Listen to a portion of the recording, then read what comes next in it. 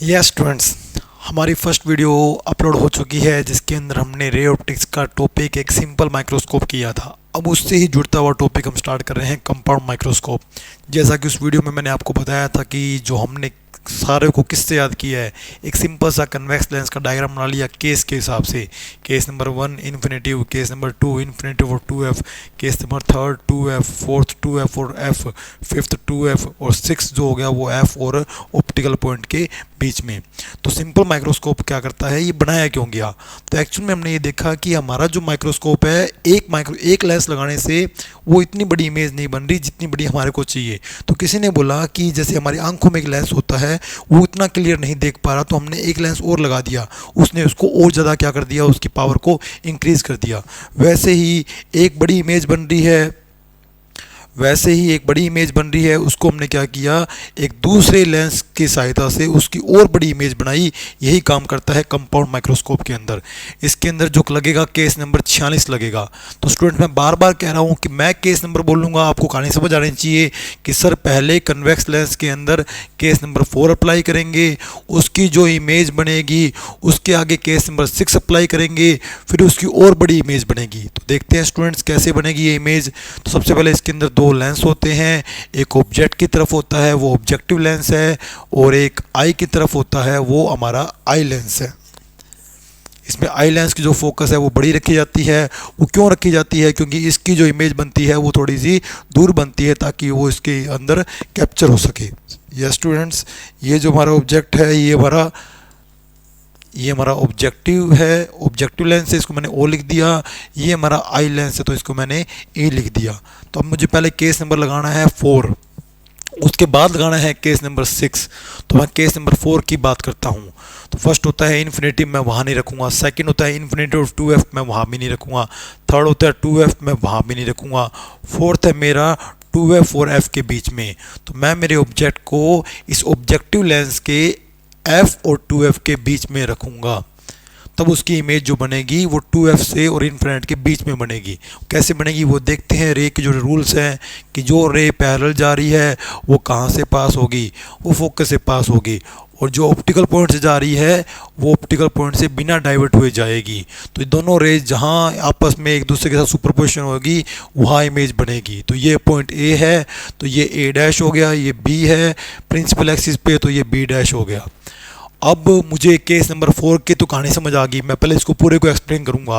अब मुझे इसके प्रिंसिपल में दो केसों को अच्छे से एक्सप्लेन करना है, एक केस नंबर 4 को और एक केस नंबर 6 को। तो हम ये बोलेंगे कि हमारा जो ऑब्जेक्ट है वो ऑब्जेक्टिव लेंस के अंदर फोकस और 2f के बीच में रखा होगा ताकि उसकी इमेज 2f से पर आगे बनेगी, और ये इमेज जो है बड़ी बनेगी, उल्टी बनेगी और रियल बनेगी। लेंस के दूसरी तरफ इमेज बनती है स्टूडेंट्स वो रियल होती है, और लेंस के उसी तरफ बनती है वो वर्चुअल होती है। अब मैं लगाऊंगा केस नंबर 6 स्टूडेंट्स, यानी ये जो इमेज बनी है मैं उसको इसके फोकस के बीच में लाने की ट्राई करूंगा। मैं मेरी इस ट्यूब को इन दोनों जो लेंस जिस ट्यूब में रखा हुआ है मैं उसको इस तरह अरेंज करूंगा कि ये इसके फोकस के बीच में आ जाए ताकि उसकी इमेज, केस नंबर 6 का मतलब क्या होता है, जिधर ऑब्जेक्ट होता है उधर ही इमेज बनती है। तो कैसे बनेगी वो देखते हैं। एक रे पैरेलल जाएगी, वो कहाँ से पास होगी, वो फोकस से पास होगी, वो भी फोकस किसका, इस आई लेंस का।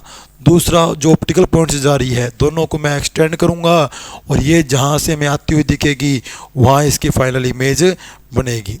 तो ये हमारी फाइनल इमेज जो है वो बहुत बड़ी बनी है, और जिधर ऑब्जेक्ट है उधर ही बनी है, और इमेज जो एंगल बनाता है वो हमारा एंगल क्या होता है, बीटा।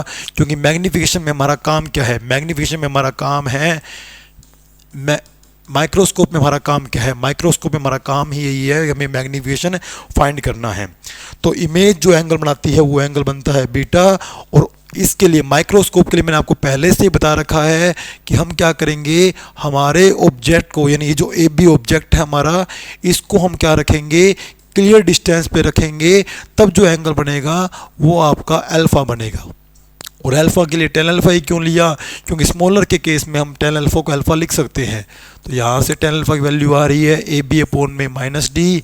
तो इसका मतलब माइक्रोस्कोप के किसी भी केस की बात करें, चाहे सिंपल माइक्रोस्कोप है चाहे वो कंपाउंड माइक्रोस्कोप है, तो माइक्रोस्कोप के अंदर जो टेन अल्फ़ा होगा वो हमारा ए बी अपॉन में माइनस डी होगा। अब बात करते हैं बीटा की। तो बीटा के पास मेरे पास दो तरीके हैं, मैं इस ट्रायंगल से भी बीटा निकाल सकता हूँ और मैं इस ट्रायंगल से भी निकाल लेता हूँ। तो मैं दोनों ही बीटा निकाल लेता हूँ, फिर मुझे जो काम का होगा मैं उसको यूज़ कर लूँगा। अगर बड़े ट्रायंगल की बात करें तो A double dash B double dash upon में ई बी डबल डैश। अगर मैं छोटे ट्रायंगल की बात करूं तो यहाँ से आ रहा है 10 perpendicular A dash B dash upon में बेस क्या हो गया हमारा ई बी डैश। तो ये हमारे 10 बीटा के 2 आ गए और 10 अल्फ़ा का 1 आ गया। और मैग्नीफिकेशन का फॉर्मूला हमारे पास क्या था, बीटा अपॉन अल्फ़ा था, जो स्मॉलर के केस में क्या बन गया 10 बीटा अपॉन 10 अल्फ़ा बन गया। और 10 बीटा की वैल्यू मैं ये वाली ना यूज़ करके इस ट्रायंगल की यूज़ करूँगा। इसके पीछे मेरा क्या पर्पज़ है या इससे मुझे क्या बेनिफिट है वो मैं आपको पुट करने के बाद समझा देता हूँ। तो जो 10 बीटा है वो मैं यूज़ कर रहा हूँ ए डैश बी डैश अपॉन में ई बी डैश, और 10 अल्फ़ा ऊपर आके रिवर्स हो जाएगा, वो बन जाएगा माइनस डी अपॉन में ए बी। तो स्टूडेंट्स ये वैल्यू मैं ला सकता हूँ क्योंकि मेरे पास एक ट्रायंगल है जिसके अंदर ए डैश बी डैश आ रहा है और एक ऐसा ट्रायंगल है जिसके अंदर ए बी आ रहा है, और ये दोनों आपस में सिमिलर हो सकते हैं। वो सिमिलर यानी वो समरूपता जो मैंने 10th क्लास में पढ़ी है कि जब दो ट्रायंगल के तीनों एंगल अगर आपस में इक्वल हो या तीनों साइड रेशियो में हो तो आप ट्रायंगल्स को सिमिलर कह सकते हैं। तो मैं यहाँ पर डायरेक्ट सिमिलर लिख देता हूँ क्योंकि प्रूव करने की लोड़ नहीं है, क्योंकि अब आप 12th क्लास में हो चुके हो। आप डायरेक्ट लिख सकते हो कि ए डैश ओ बी डैश ये सिमिलर है, इसमें ये एंगल 90 का है, इसमें ये एंगल 90 का है। तो बी डैश किसके इक्वल है बी के, बी डैश किसके इक्वल है बी के। रुको मैं स्क्रीन थोड़ा सा उधर कर देता हूँ ताकि आपको क्लियर हो जाए। एक सेकेंड स्टूडेंट। तो बी डैश जो है वो बी के है और ओ जो है वो ओ के इक्वल है, तो ओ मिड में है, ओ मिड में आएगा। और फिर जो बचा हुआ एंगल है वो बचे हुए एंगल के इक्वल हो जाएगा, क्योंकि किसी ट्रायंगल के दो एंगल इक्वल हो थर्ड एंगल इक्वल होता है।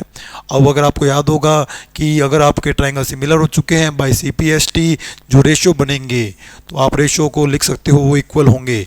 तो A dash B dash first last और फर्स्ट लास्ट बन रहा है ए बी।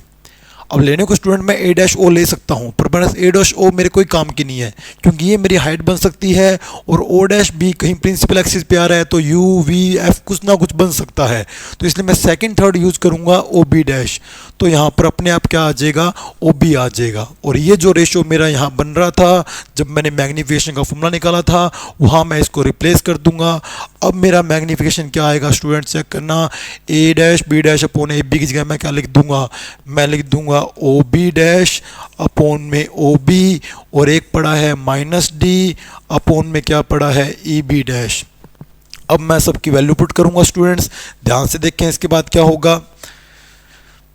मैं एक मिनट नेक्स्ट पेज ले लेता हूं कि हमारा जो एक्चुअल में मैं आपको दोबारा एक बार थोड़ा सा समझा देता हूं कि हमने यहाँ पर किया क्या है। यस स्टूडेंट्स, तो मुझे याद आ गया कि मैंने सबसे पहले 10 अल्फ़ा निकाला जो माइक्रोस्कोप के ऊपर एक डायग्राम बनता है वहाँ से निकाला, वहाँ से आया था ए बी अपॉन में माइनस डी। फिर मैंने 10 बीटा निकाला, मेरे दो 10 बीटा बने, जो मैंने यूज़ किया वो यूज़ किया A dash B dash upon में ई बी डैश। हालांकि A double dash B double dash upon में ई बी डबल डैश भी बना था वो मैंने यूज़ नहीं किया। जब मैंने ये दोनों वैल्यू वैन मैग्नीफिकेशन में रखी तो मेरा यहाँ पर बना ए डैश बी डैश 10 बीटा की वैल्यू पहले ही लिख रहा हूँ और 10 अल्फ़ा की वैल्यू ऊपर आके रिवर्स हो गई। फिर मैंने ट्रायंगल सिमिलर किया था तो ये वैल्यू रिप्लेस होके क्या बन गई थी स्टूडेंट, ये बन गई थी ओ बी डैश अपॉन में ओ बी इंटू में माइनस डी अपॉन में ई बी डैश। ये फॉर्मूला हमारा अभी फाइनल फॉर्मूला बना था वो मैं आपको एक बार दिखा देता हूँ।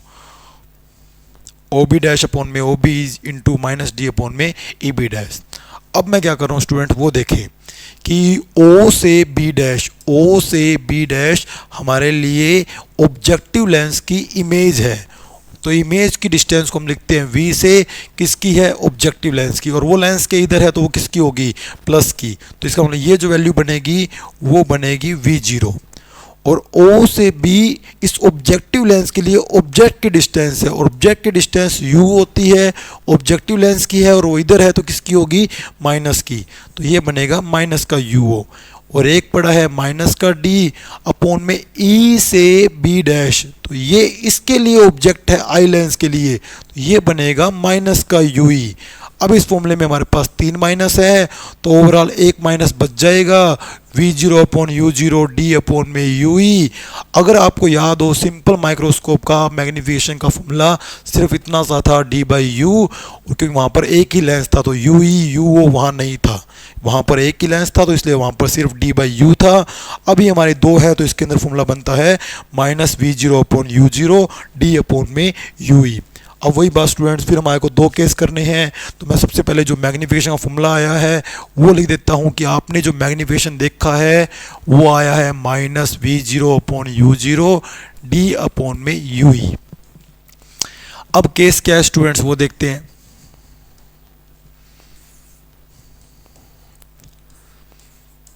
हम चाहते हैं कि हमारी इमेज जो है वो इनफाइनाइट पे बने।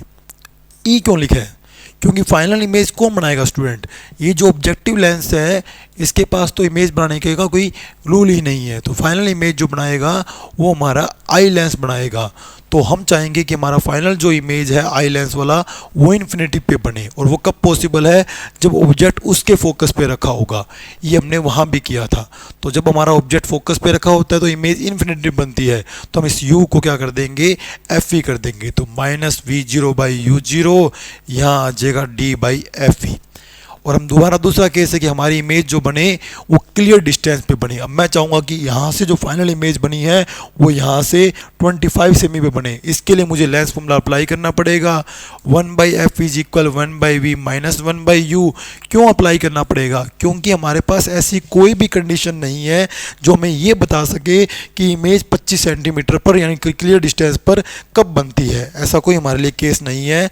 तो वो डिपेंड करता है कि हमारा लेंस किस फोकस का है, या कहाँ कितनी उसकी फोकल लेंथ है, या ऑब्जेक्ट कहाँ रखा हुआ है। तो हम चाहते हैं कि हमारी इमेज बने क्लियर डिस्टेंस पे, तो ऑब्जेक्ट रखा तो कम से कम इस ऑब्जेक्टिव इस आई लेंस के इधर ही होगा। तो यहाँ ये वैल्यू माइनस की होगी, तो मैंने वैल्यू पहले से ही माइनस की कर दी ताकि माइनस माइनस प्लस हो जाए, और ये इधर आके किसका हो जाएगा? प्लस का हो जाएगा। अब वो कहता है कि काश यहाँ पे D होता। मगर D होता तो क्या कर लेता? कि D होता तो आप सोच के देखो, ये बनता D/FE, ये बनता 1, ये बनता D/UE। चलो पिछली बार तो हम कह सकते हैं कि D/UE जो सिंपल माइक्रोस्कोप है उसके अंदर मैग्नीफिकेशन बन गया। इस बार तो मैग्नीफिकेशन का फॉर्मूला भी बहुत बड़ा है, तो क्या हो गया? D/UE तो अपने को दिख रहा है, तो ये वैल्यू यहाँ रिप्लेस हो जाएगी। तो इस केस का जो मैग्नीफिकेशन बनेगा स्टूडेंट्स वो बनेगा माइनस V0/U0 D/UE की जगह। D/UE की जगह 1 मिनट में थोड़ा सा स्क्रीन को सेट कर देता हूँ ताकि आपको दिख सके। तो माइनस V0/U0 D/UE की जगह हम रख देंगे D/FE प्लस 1। तो कुल मिला के मैं आपको अगर 1 सेकंड में सारा रिकॉल कराऊं कि हमने अभी तक क्या पढ़ा है, तो हमने अभी तक पढ़ा है स्टूडेंट्स क्या, कि अगर हमारा सिंपल माइक्रोस्कोप है तो मैग्नीफिकेशन होता है प्लस का D/U। 2 केस होते हैं, अगर आपका इमेज इनफाइनाइट पे बने तब आपको ऑब्जेक्ट फोकस पे रखना होता है तो आपका मैग्नीफिकेशन होता है D/F।